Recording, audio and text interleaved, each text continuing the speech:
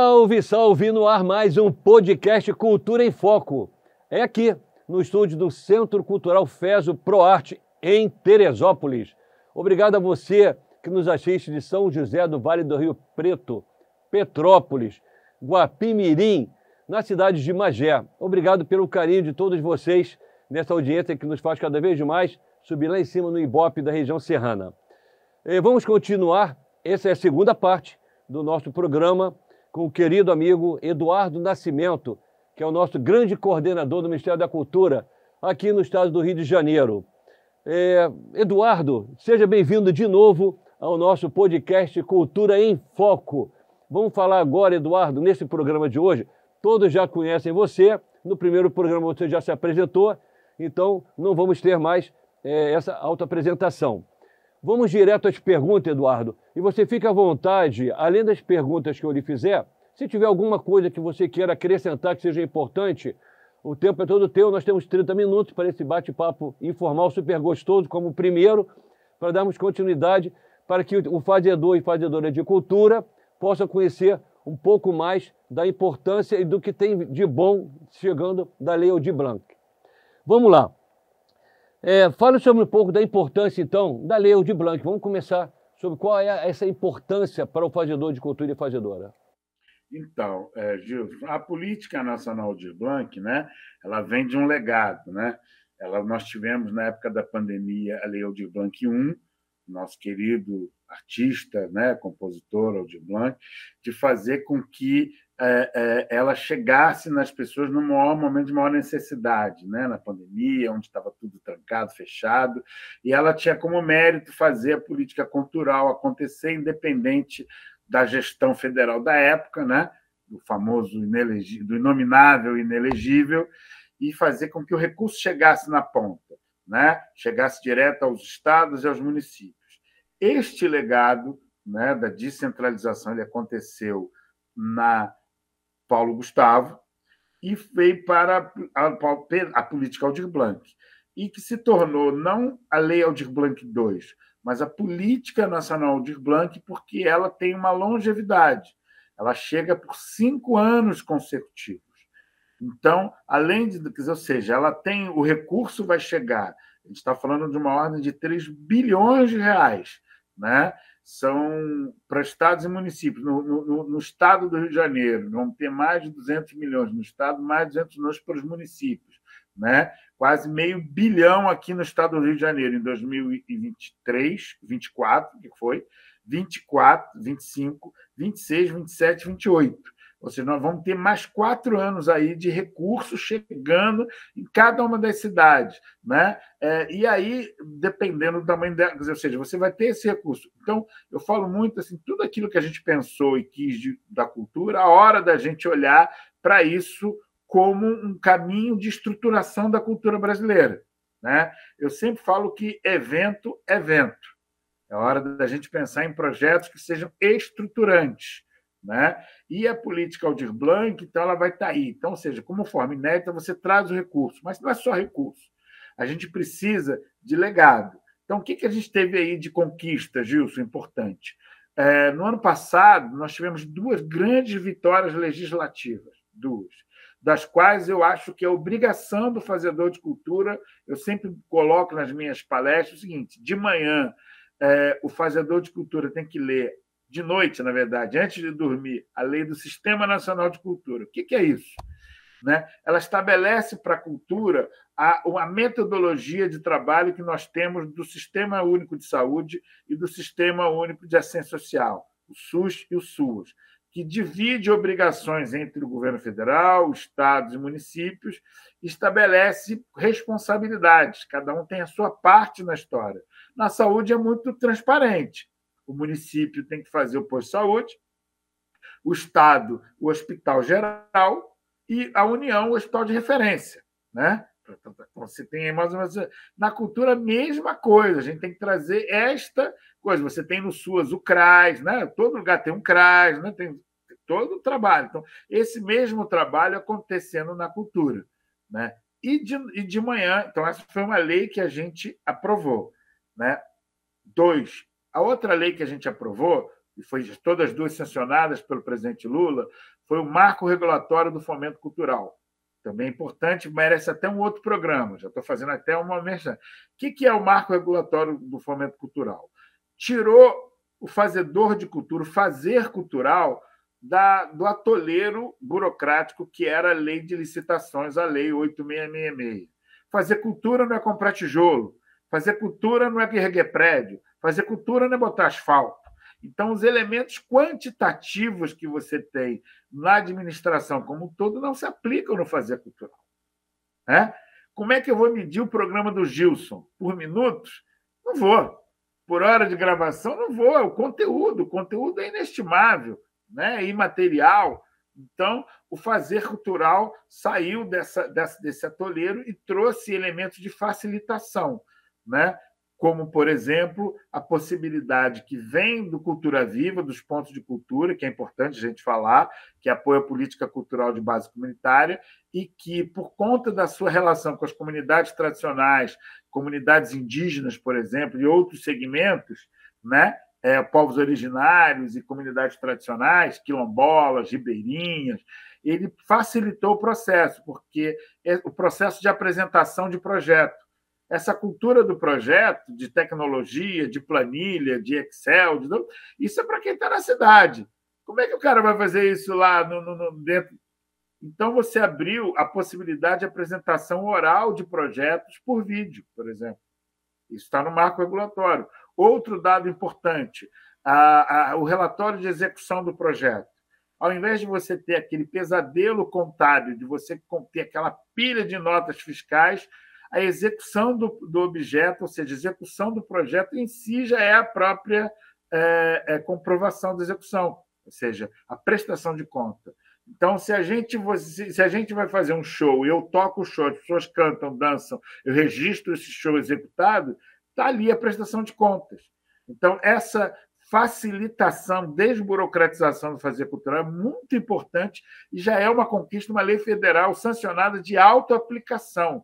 Então, todos os gestores federais já devem trabalhar com o marco regulatório. Então, por isso, eu digo que de manhã, de noite, leia a lei do sistema e de manhã leia do marco regulatório para que a gente possa avançar. Então, a política Aldir Blanc está vinculada a esses dois fazeres, na medida em que, para a gente fechar bem fechadinho, os gestores federais assinaram que iam aderir ao Sistema Nacional de Cultura. Então, além do dinheiro federal, vamos ter dinheiro do Estado e de cada município vai botar o seu dinheiro também, para que a festa seja justa. Não só um pagando a festa para o outro, todo mundo junto. O governo federal traz a carne, o salgadinho, e os municípios a bola, o refrigerante, a pipoca. Todo mundo bota um pouquinho para a festa acontecer. É importante, né? Nós tomarmos conhecimento, né, como funciona. E o Eduardo nos passou com muita clareza e com muita facilidade de entendimento, para que todos nós possamos entender melhor, né? Foi muito bem a sua explanação, Eduardo. Obrigado. Temos mais uma pergunta que eu acho que seria importante, tá? A sua colocação para nós. Quais são os critérios de distribuição dos recursos da Lei Aldir Blanc, considerando uma fala da nossa ministra Margareth Menezes sobre a nacionalização da cultura? Como é que isso é distribuído? Então, acho que isso é muito importante. Quando a gente fala de descentralização, a nossa ministra deu uma nova linha, fala em nacionalização. E um exemplo disso são os nossos parceiros, nosso super secretário nacional de Fomento e Indústria Cultural, Nilton Menezes, e o nosso querido diretor Odacir Costa, da Lei Rouanet. Um exemplo dessa nacionalização. A Lei Rouanet vem num processo de nacionalização que é ampliar o escopo de atuação da Lei Federal de Incentivo à Cultura, né, de apoio via patrocínio de empresas. Então, fizeram algumas ações emblemáticas. A primeira foi a Lei Rouanet Norte. Né? Estudos verificavam que a Lei Rouanet se concentrava no Sudeste. Então, ampliou o escopo da Lei Rouanet Norte. Fizemos o Lei Rouanet nas favelas, pegando um projeto de apoio pela Lei Rouanet, patrocínio de empresas para atuar nas comunidades do Norte e do Nordeste. Tivemos agora a Lei Rouanet Juventude, que é o mesmo modelo, né, de atuação. E a gente teve, muito bacana, acontecendo no dia 3 de abril desse ano, o encontro da Lei Rouanet aqui no estado do Rio, com proponentes, com mais de 600 inscritos lá no Teatro do Sina. A gente conseguiu fazer essa grande mobilização, e o Estado do Rio tem sido medalha de ouro nas mobilizações da cultura. Quero falar com você sobre isso. E lá se colocou uma série de ações, né? A Lei Rouanet está pensando a parte de desenvolvimento territorial na área da economia criativa, está pensando a cultura afro, a cultura tradicional. Então, tem uma série de ações aí que vão sair da Lei Rouanet com esse perfil de nacionalização, de democratização do escopo da lei. E, do outro lado, no fomento direto, né? As leis de cultura trabalham a partir dos elementos do IBGE, a partir dos critérios populacionais. Então, a gente tem lá o valor total e vai dividindo pelo número proporcional ao número de habitantes dos lugares, e aí cada município vai tendo esse recurso, seus valores, né? Então, basicamente, esse é o modelo. O que é importante ressaltar aí, Gilson? Algumas coisas importantes. Você fala da nacionalização, que a gente coloca aí o elemento de democratização. Na Política Nacional Aldir Blanc, a gente tem mecanismos de indução de acesso e democratização. Quais são? O primeiro, 20% de todo o recurso ele tem uma cota para comunidades tradicionais e periferia. Então, os grupos periféricos e comunidades tradicionais, como eu apontei aqui, quilombolas, ribeirinhas, né, povos originários, né, assentamentos, todas essas comunidades tradicionais vão ter 20% de recurso assegurado. Mais 20% de ação afirmativa de recorte racial, de gênero, LGBTQ e PCD. Então, a gente tem 40% do recurso com este enfoque.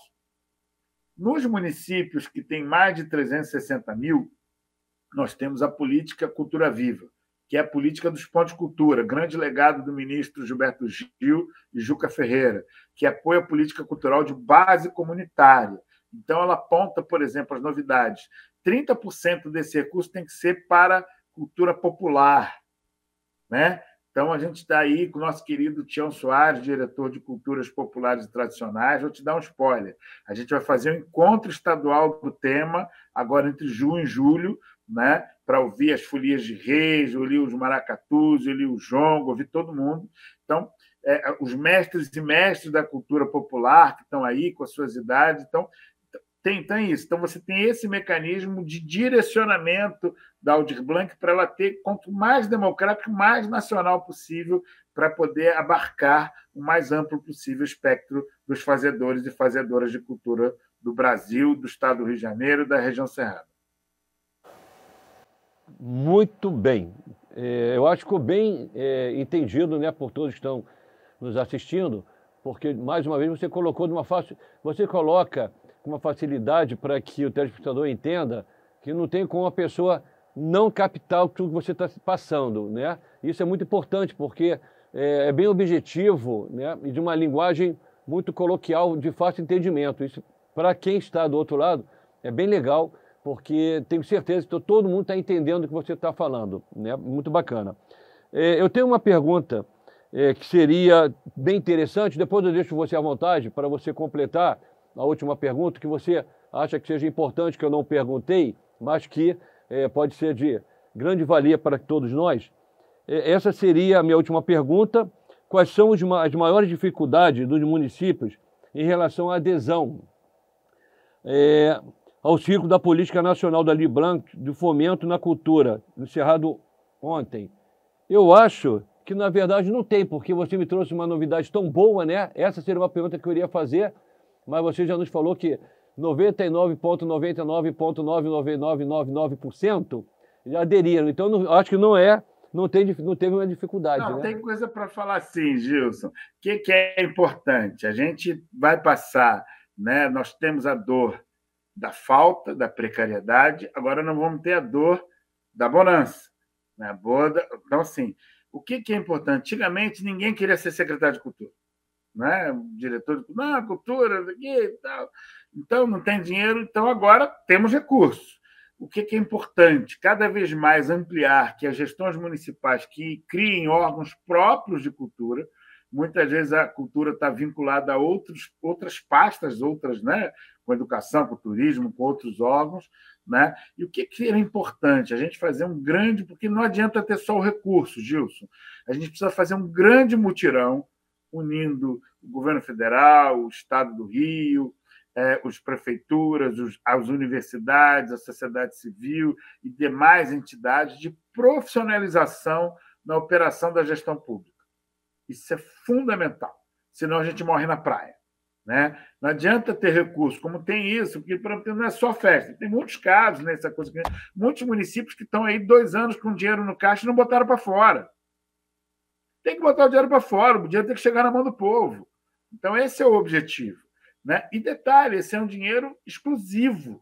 Ele não tem outra finalidade. Ele não pode ser usado para asfalto, ele não pode ser usado nem para pagar precatório. Se é que você me entende. Se é que você me entende, não pode ser usado para pagar precatório, ele é para o fomento cultural. Ou seja, então a gente tem que fazer esse grande movimento. O caso que eu te dei do Transfere Gov é um exemplo. Né? A chefe de gabinete da prefeitura matou no peito e ajudou, botou para fazer. Então, a gente precisa profissionalizar e qualificar a gestão e os gestores culturais. Aproveitar que vamos ter essa onda de ter recursos 25, 26, 27, 28, né?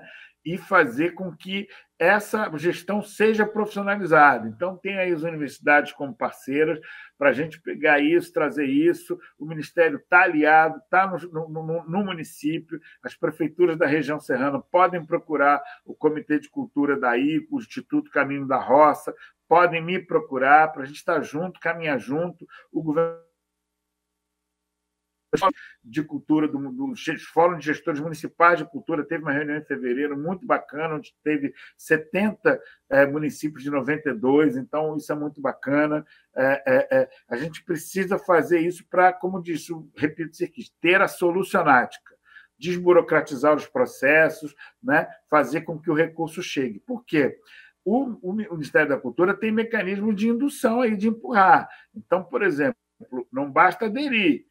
Os municípios vão ter aí agora, dia 1º de julho, para o recurso que eles receberem em 2024 terem gasto pelo menos 60%. Porque não tem sentido você receber um recurso e não gastar o outro. Então, tem que correr aí, gastar o dinheiro, lançar, fazer, botar o dinheiro para fora. Gastar o dinheiro. Né? Para que a coisa ande. Então, a gente precisa de é um grande elo com cada parte tendo que girar de forma coordenada e conjunta. Então, o que eu acho que as dificuldades é isso, que muitas vezes as gestões de cultura não eram levadas como prioridade, né, nos municípios, você não tem poucas secretarias de cultura exclusiva, né? Então você precisa qualificar, potencializar, incentivar esses grandes guerreiros e guerreiras que são gestores de cultura dos municípios do Estado do Rio de Janeiro. É verdade, Eduardo. Quem faz cultura, faz, como já coloquei anteriormente, faz por amor, né? Porque o dinheiro é muito pouco. Inclusive... Agora não é tão pouco, não. Agora tem dinheiro. Agora tem dinheiro, né? Graças a Deus, graças ao presidente Lula. Isso. Nós temos agora com um aporte que vai realmente revolucionar a cultura do país, né? E vamos vamos botar essa sardinha na nossa brasa, do nosso município do estado do Rio de Janeiro também, sobre a sua coordenação. E nós estamos aqui diante de um feito que é uma colocação muito importante, Eduardo. Até pouco tempo atrás, os municípios nas suas secretarias de cultura não tinham orçamento. E quando tinham, era muito pequenininho. Então, não se fazia cultura nos municípios. Teresópolis, uma cidade que no passado foi a cidade dos festivais de cinema, dos festivais de teatro, de música, né? E acabou. No passado existia, né, uma capitalidade de dinheiro, de recursos que vinham e chegavam para que você pudesse trabalhar.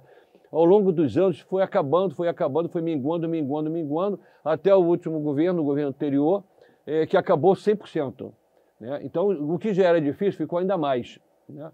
Agora existe aquela luz no fim do túnel, a esperança da cultura voltar a ser um expoente no nosso estado e nos municípios, graças ao seu trabalho.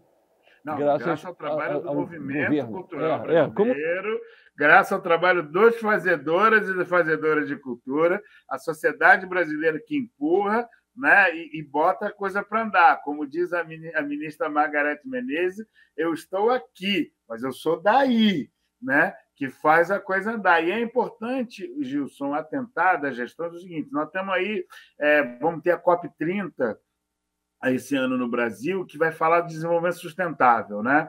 E pensar novas formas de desenvolvimento. E o Estado do Rio de Janeiro ele é muito rico, e cada vez que eu ando e vejo pérolas inestimáveis aí de coisas muito bacanas, né? Cada ponto do Estado, muita coisa bacana que precisa ser, né, tornada visível e tornada badalada. Porque... E aí vou dizer o seguinte: toda vez que eu vou falar de cultura e economia criativa, eu falo o seguinte exemplo, né?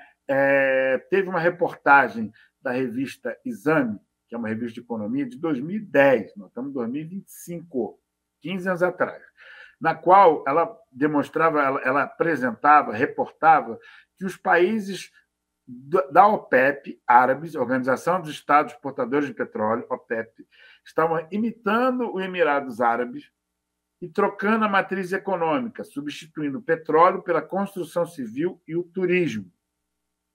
Em 2022, eu fui escrever um projeto, uma consultoria para o município aqui do estado do Rio de Janeiro, na área de carnaval, fiz o levantamento do turismo. Sabe qual foi a cidade mais visitada do mundo em 2022? Sabe? Dá um chute. Rio de Janeiro, município do Rio de Janeiro. Não. Dubai. Barrou Londres, barrou Nova York, barrou Roma, barrou Paris, barrou Los Angeles, barrou Miami. Ou seja, em 10 anos de investimento, os árabes passaram a ser o número 1 do turismo internacional. O turismo considerado por muitos o novo petróleo. Ou seja, e todo ele trabalha. Quem é que é a mola do turismo? Quem é o motor? Quem é o alimento do turismo? A cultura. Cultura. Né? Ou seja, como diz o Francis da feira SXSW, lá no Texas, se a gente conseguiu no deserto, por que vocês não vão conseguir aí no Rio de Janeiro, no Brasil? Então, a gente tem um caminho grande de desenvolvimento econômico, social, pela cultura, pela economia criativa, na ligação da cultura com o turismo, com o desenvolvimento. Eu acho que o Rio de Janeiro tem um potencial inestimável, muito pouco explorado, e que eu acho que a gente tem que aproveitar esse caminho aí que vem do fomento cultural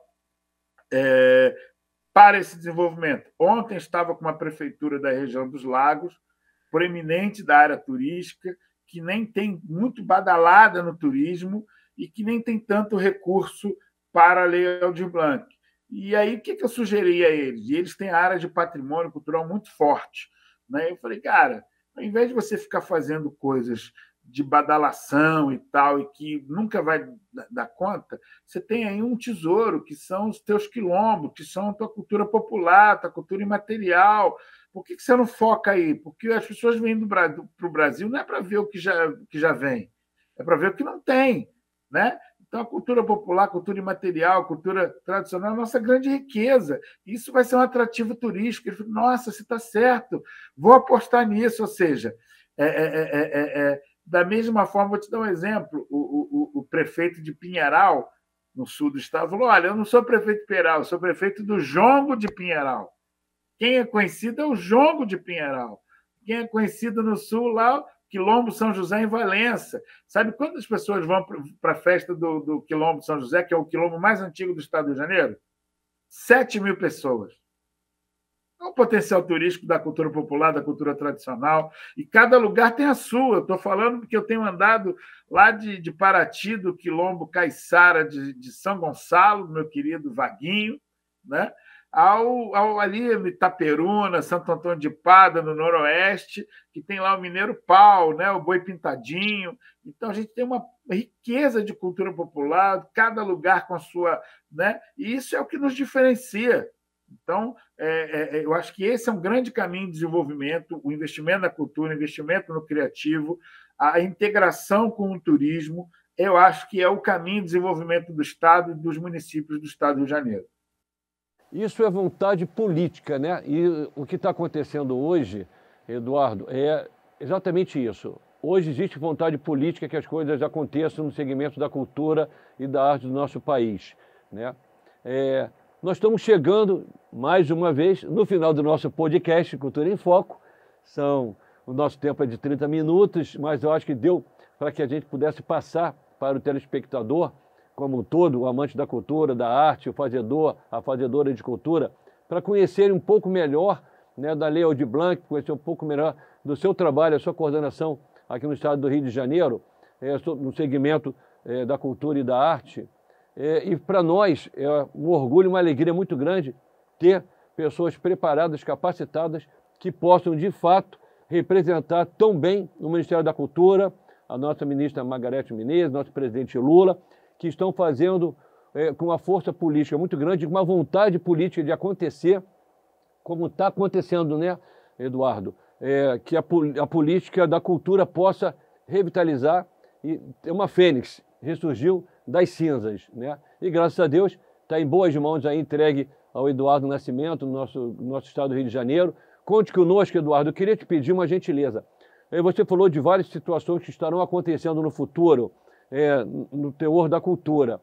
Se for possível, passa para nós que a gente possa divulgar. Nós temos sempre no final da agenda, do programa, nós temos a agenda cultural. E aí na agenda cultural nós colocamos o que está acontecendo no segmento da cultura e da arte, para que o telespectador possa estar sabendo e possa estar interagindo, participando, indo.